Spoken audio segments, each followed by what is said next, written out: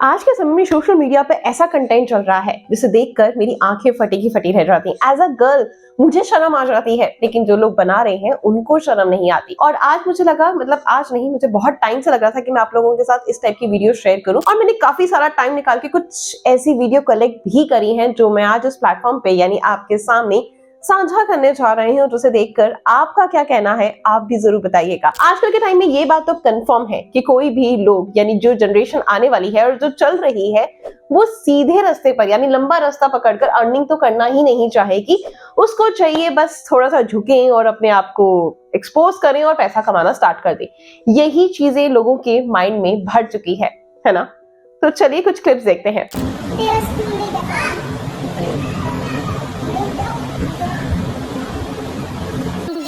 थोड़ी जगह जगह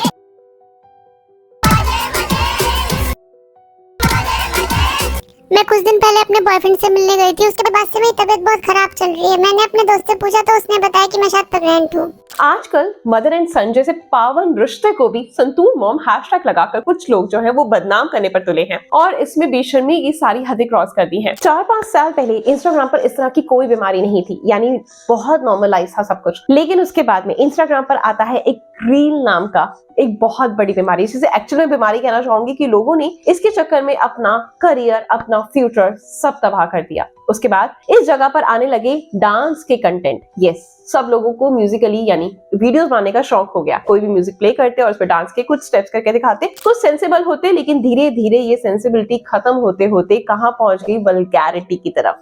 यस, लेकिन मोस्टली रील्स में क्या होता, कुछ तो ऐसी चीजें दिखाई जाती जो मोस्टली यूजर्स को अपनी तरफ जो है अटेंशन ग्रैब करने की कोशिश करती। टेक्निकली इनको इन्फ्लुएंसर भी नहीं बोला जा सकता, लेकिन लाखों टीनेजर लड़कियों के लिए ये एक ब्रांड इन्फ्लुएंस जरूर बन गया। इस तरह की रील देखकर और ज्यादा वल्गैरिटी, सेक्सुअलिटी जो है हमारे आसपास फैलने लगी। आपने देखा होगा आज से 6 साल या 4 साल पहले अगर हम जाते हैं तो हम जब रील देखते थे, कंटेंट देखते थे, तो यस वो कंटेंट होता था, उसमें बहुत ही लिटिल सा स्किन एक्सपोज होता था। नॉर्मली जस्ट नेक हो गया या बैक हो गया, वो भी बहुत बड़ी बात मानी जाती थी कि बैकलेस दिखाया। लेकिन आज के समय में आप अपने आप को प्रॉपर एक्सपोज करके अर्न कर रहे हैं, और क्यों ना करें, क्योंकि बहुत बड़े बड़े जो इन्फ्लुएंसर हैं वो भी इस तरीके का कंटेंट बनाकर सेलिब्रिटी बन चुके हैं, बहुत बड़ी बड़ी गाड़ियां खरीद रहे हैं, बंगलो खरीद रहे हैं। तो आगे आने वाली जनरेशन के लिए भी यही एग्जाम्पल सेट हो रहा है कि यस, तुमको मेहनत वाले रास्ते पर नहीं चलना, क्योंकि वहां जाकर तुम गिर जाओगे। या तो तुम्हें अपने आप को एक्सपोज करना है या फिर तुमको बाबाजी बन जाना है। दो ही लोग इस लाइन में सक्सेस हो सकते हैं। या फिर आपको घर में कुछ मसाला बनाना है मियाँ बीवी का, झगड़ा करते हुए, सास ससुर मारते हुए,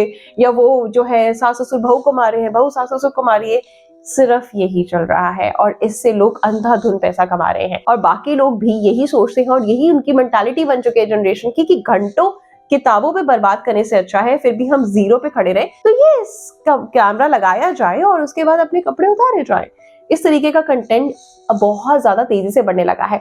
बहुत सारे क्रिएटर्स जो है वो एक्सेप्ट करते हैं कि यस वो इस तरीके का यानी जो है स्किन एक्सपोज करते हैं। क्यों? ताकि उनके व्यूज बढ़े, उनके फॉलोअर्स बढ़े, उनकी अर्निंग सोर्स बढ़े। बट बहुत सारे क्रिएटर्स ये बात को डिनाई करते हैं, लेकिन फिर भी इस तरीके का कंटेंट कंटिन्यूअसली पोस्ट करते हैं। राइट? पर्पस दोनों का सेम है कि हमें किस तरीके से जल्दी पैसा कमाना है, और पैसा बट ऑब्वियस है कि आपको अगर कोई ड्रेस दिखानी है तो आप इस तरीके से ड्रेस दिखा सकते हैं और उसके बाद आप सेंसिबल तरीके से। लेकिन नहीं, आपको पहले अपने इनर वेयर में आना है। नीचे आपको कुछ नहीं पहना, ऊपर भी आपको कुछ नहीं पहना, सिर्फ इनर वेयर पहनना है। देन उसके बाद उसको खिसकाते इस तरीके से ड्रेस को पहनना है और अपने आप को फ्लॉन्ट करना है। यस, सिर्फ यही ट्रेंड आज के समय में चल रहा है और इंस्टाग्राम भी इस तरीके के कंटेंट को पुश कर रहा है।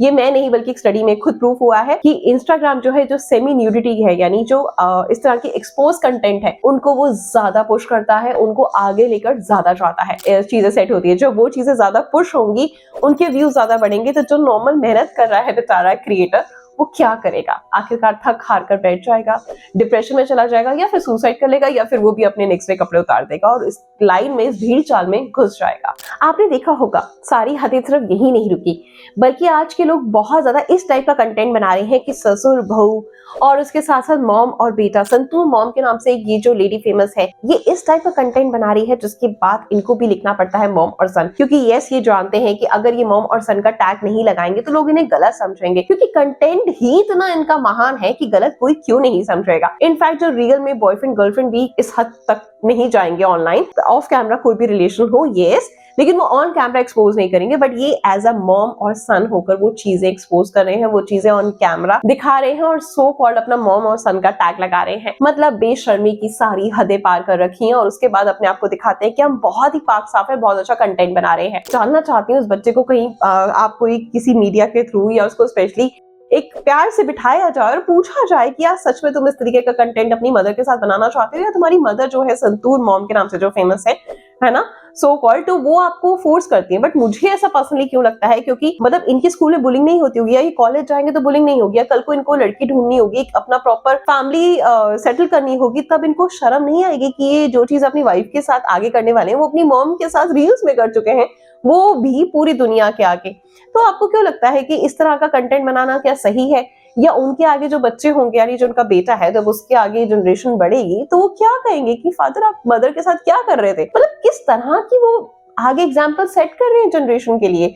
बट ऑब्वियसली जिनकी मॉम इतनी अच्छी नहीं दिखती, या बाकी की जो जनरेशन है वो भी इस तरीके का कंटेंट क्रिएट करने की कोशिश करेगी, वो सोचेगी ठीक है मम्मा मॉम की रिस्पेक्ट वाली बात तो है, लेकिन पैसा कमाना है, लाइफ चाहिए, है ना, और बहुत सारे ऐप प्रमोट करने हैं, तभी तो ऐप्स आएंगे जब हम बहुत ज्यादा फॉलोअर्स होंगे हमारे, और इस तरीके का कंटेंट बनाएंगे जो वीडियोस वायरल होंगी। आज जैसा कि आप देख सकते हैं, आप नॉर्मली आप ट्रेन में भी जा रहे हैं, या मेट्रो में भी जा रहे हैं, या आप मंदिर में भी हैं, वहां पर भी लोग डांस करना स्टार्ट कर देते हैं। मतलब आप जिस माइंड सेट से वहां जा रहे हैं, आपका माइंड फोकस ही नहीं कर पाता है। आप इंटरनेट पे कुछ देखना चाहते हैं, चाहे आप इस कंटेंट को नॉट इंटरेस्टेड भी करेंगे, लेकिन फिर भी आपके सामने इस तरीके का एक्सपोज जो कंटेंट होता है ना, यानी न्यूडिटी वाला, ये बहुत ज्यादा दिखना स्टार्ट हो जाएगा, अपने आप से रिकमेंड होता है आपके पास में। आप चाहे नहीं भी देखेंगे, कभी सर्च भी नहीं करा होगा, लेकिन रिकमेंडेशन में ऑलरेडी जो ऐसे एप्स है, इंस्टाग्राम हो गया, यूट्यूब हो गया, ये ऐसी चीजों को अपने आप आपके पास पुश करते हैं ताकि आप भी देखें और इस तरीके का और लोगों को प्रमोशन मिले, यानी प्रमोट हो। बहुत सारे लोग अब इसी काम में घुस चुके हैं। लोगों को जाना ही नहीं है, किसी को आईएएस नहीं बनना, किसी को डॉक्टर नहीं बनना, किसी को कुछ नहीं बनना,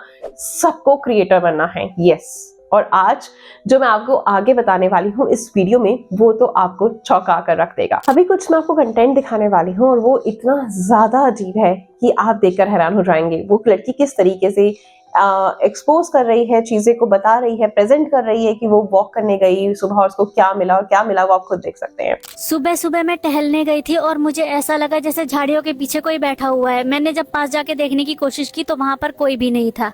लगता है कोई सांप अपनी केचुली छोड़ के गया है। और ये क्या, इसमें तो जहर।